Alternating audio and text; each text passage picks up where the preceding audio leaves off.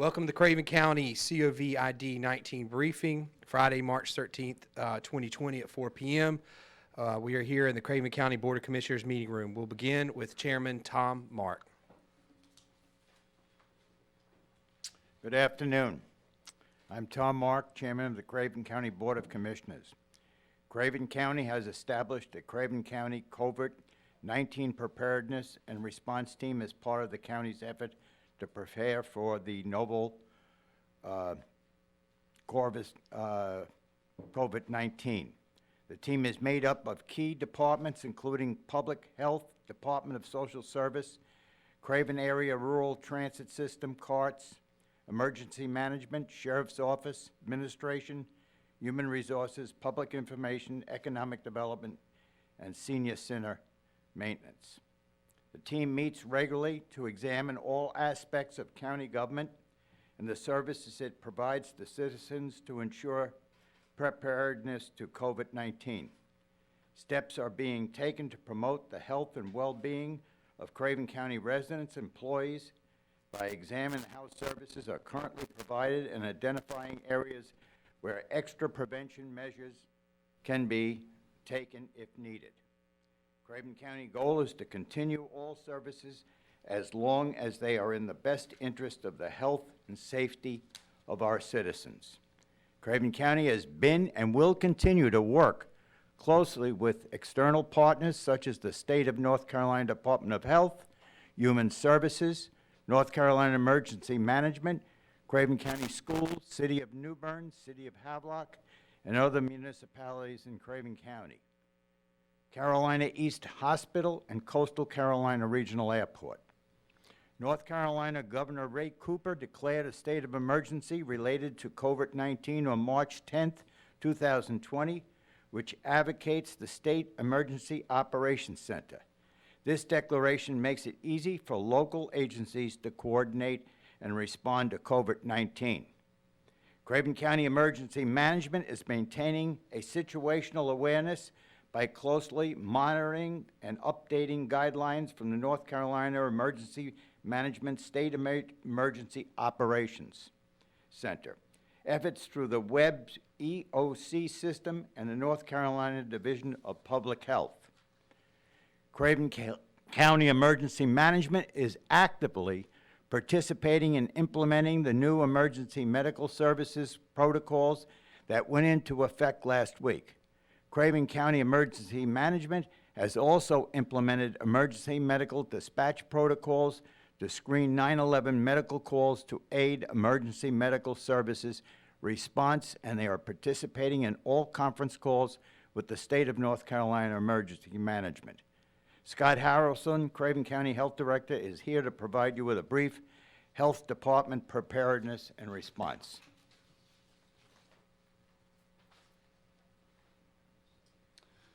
Thank you, Commissioner Mark. And I want to start by saying I know that there's been a ton of media coverage on coronavirus and that people are concerned, and we have some rumors that I've been aware of here the last few days. I did want to start out by saying that today there are no confirmed cases in Craven County. And there's actually a map, an interactive map on the DPH website of North Carolina, and you can see cases shaded at the county level and what's going on across the state.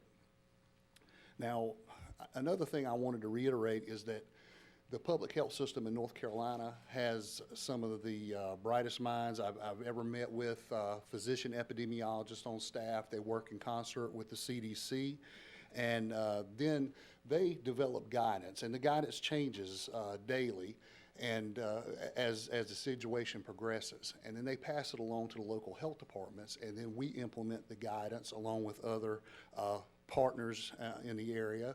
And we have been working with Carolina East, the hospital, our EPI partners locally with the schools and Cherry Point Military Base, and just basically all of our government partners. And we've also been in contact with the local medical community and leaders in the different sectors there, as well as passing along information to all of the senior service convalescent care, rest homes, and trying to get the latest guidance out to them.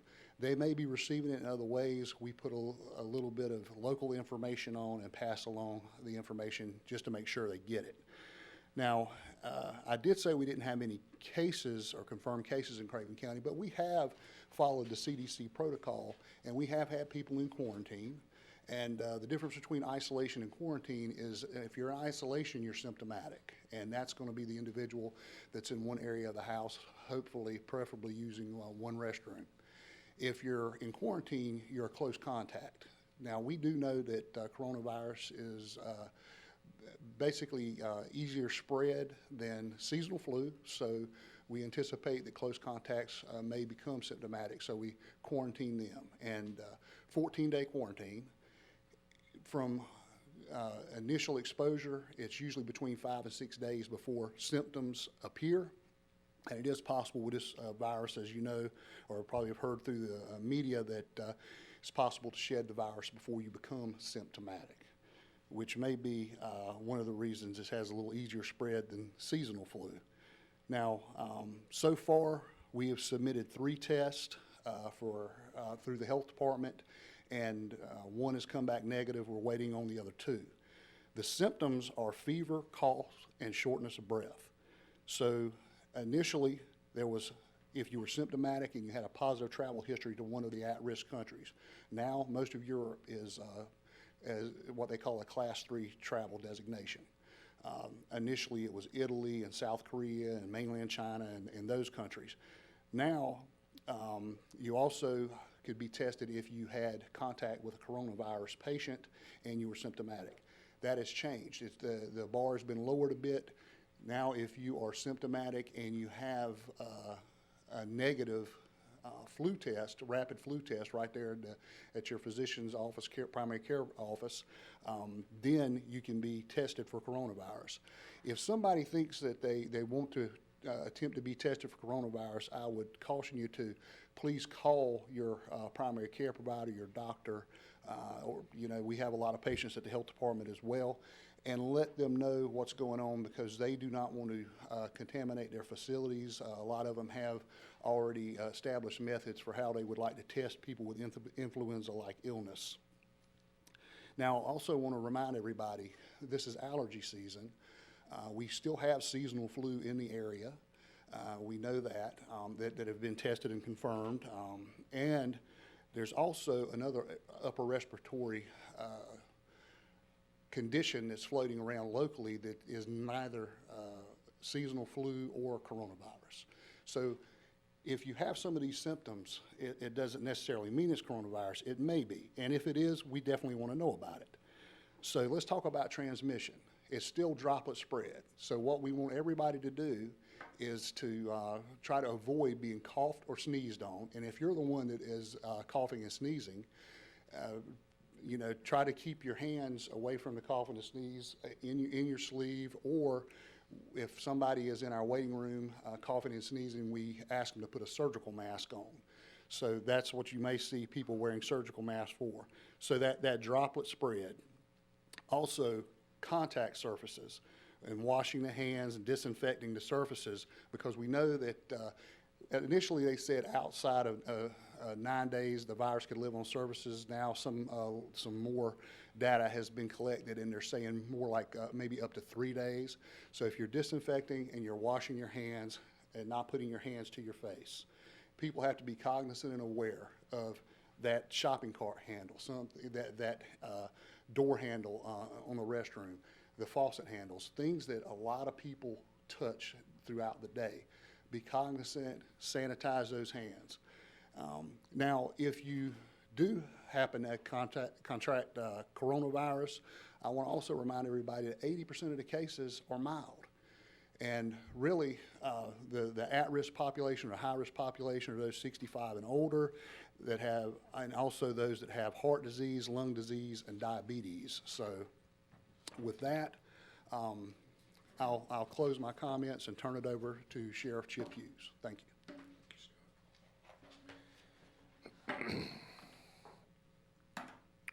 So first of all, I want to say to the citizens of this great county that we're very fortunate and blessed to have our elected officials, a county manager that has jumped on this thing. They have done their due diligence. And as a citizen and the elected sheriff, I feel very fortunate to work side by side because these folks do know what they're doing, and our citizens' best interest is at their heart. So, having said that, I want to reassure our citizens that the Craven County Sheriff's Office is working with our healthcare partners and county officials to address this issue. My command staff is meeting daily to monitor up-to-date information so that we can continue a proactive response in our daily operations. In addition to following common sense and universal precautions, deputies at times will handle calls by telephone just to avoid any exposures that we don't have to have. Our jail medical screening will be enhanced in an effort to reduce possible exposures as well. Otherwise, our service to the community will continue as normal, and we will advise the public of any changes via social media and public service announcements like this one.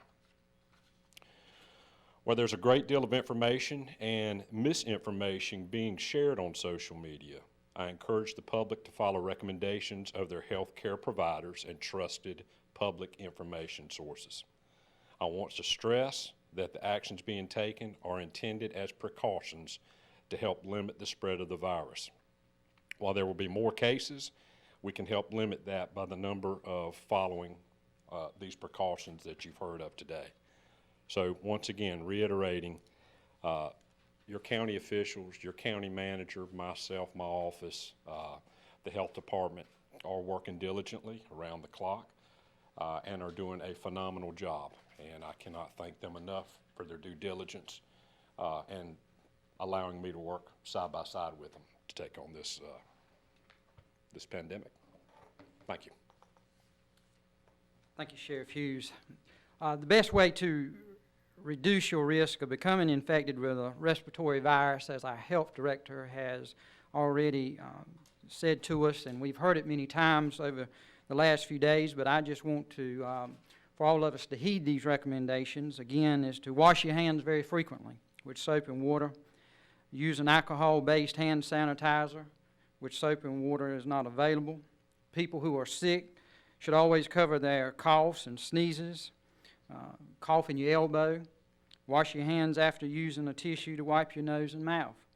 People who are sick, and we stress this, people who are sick should stay home from work or school until they are well. And the hardest thing for all of us to do, and that is to avoid touching our eyes, nose, and our mouths with unwashed hands. Craven County citizens are encouraged to use reputable sources to learn of the information about this coronavirus. These sources of information include the Centers for Disease Control and Prevention and the North Carolina Division of Public Health websites and the North Carolina Division of Public Health coronavirus call line. And that number is 1-866-462-3821. I will say that again. The North Carolina Division of Public Health coronavirus call line is 1-866-462-3821. Craven County government COVID-19 updates will appear on the Craven County website at www.cravenncounty.nc.gov, on the Craven County Facebook page at Craven County, and the Craven County Twitter account at Craven County NC. Residents are also encouraged to register to receive notifications via the Craven County website and to register to receive emergency notifications via text, email, and phone calls through the Red Code emergency notification system, which we will be utilizing for the next few days and weeks ahead.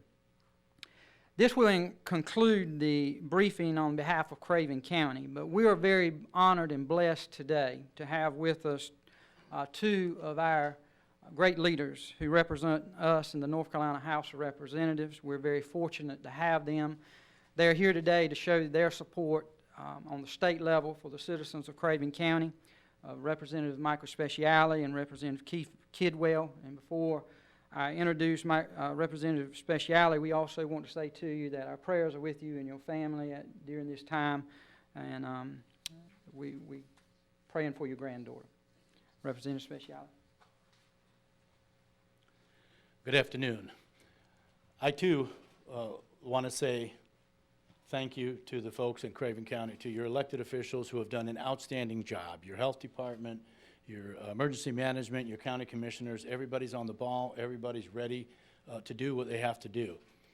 My words will be few. All I want to basically say is that your state government, your General Assembly is ready to be there and do what needs to be done. We've got funding. We've got about $1 billion in a rainy day fund for emergencies like this. I also want to caution people that while this is very, very important, it's something keep your eyes out for. Wash your hands. Do all the things that you would normally do to try and avoid a flu. This is not the end of the world, and we don't need to run in there and empty out Walmart and everything else of all the toilet paper. I'm seeing things on Facebook. Everybody's buying cases of toilet paper. I have no idea where that's coming from or what they plan on using it for. But I did go to the local Walmart, and I did see that they're just about out of toilet paper and out of a few other staples. So I want to let everybody know that while we don't want to underestimate what's going on, we certainly want to keep everything in perspective. So let's not lose sight of the fact that this is one of many things over the years that we've had to deal with, and we will deal with it appropriately. Just know your elected officials, both federal, state, and local, are on the ball, and we're looking out for your best interests. Thank you. Thank you and good afternoon. Keith Kidwell, Representative 79th District, which represents Beaufort and Craven counties. I want to reiterate the cleanliness aspect of this. That's the best way to prevent the COVID virus from spreading. You've heard it, you're going to continue to hear it. It's important. It's things we would think are common sense that we would be doing on a regular basis anyway. Wash your hands, wash your hands, wash your hands. Somebody earlier today in another press conference asked how long. The health director at that meeting said, say your ABCs twice. Then you can stop washing your hands each time. Use hot water, as hot as you can stand it when you do that. I want to let you know that the biggest thing that we have to deal with in this is really going to be the fear issue, the unknown. People don't like unknowns. We get scared of that type of thing. A lot of people are scared of the dark. Why? It's the unknown. And this is being scared of the dark. We don't have to do that. We need to be smart. We need to pay attention. We need to stay out of the large crowds. Most of that's happening on its own as the different events are being canceled. There was a concert that was coming up down here this weekend in New Bern. That's already been postponed. A lot of other things are being canceled, postponed to make sure we don't spread this virus. Representative Speciale and I have spent the last several days on many conference calls at the federal and state levels to make sure that our counties and our cities are appropriately prepared and informed on what they should and need to do in order to be prepared and eventually to respond to COVID-19. Dr. Murphy, our congressman, has indicated that one of the biggest issues we're going to face is if we do as Italy had done, where all of a sudden we inundate our medical system. We have got to do everything we can to prevent that. The way we do that is to prevent the spread of COVID-19. When they look at what happened in Italy, their hospitals got to the point they could no longer take in patients. They were having to tell them, sorry, we just can't help you. We don't want to have people in a mad rush, got a sniffle or a sneeze and run off to the hospital to be checked for COVID-19. That's not the situation that you would want to present yourself. If you think you've been exposed to it, the first thing you do is pick up a phone, call your primary care physician. They will advise you what you should do. They don't want you walking into their office if you do have this virus, in fact, because that'll do nothing but spread it worse. They don't want you walking into the emergency room because unless you're in very bad condition, the emergency room is not where you belong. In most cases, you just need to stay home and sleep it out, do whatever, and self-quarantine is the best thing that you can do. The state of North Carolina is well positioned and well prepared to take care of this event.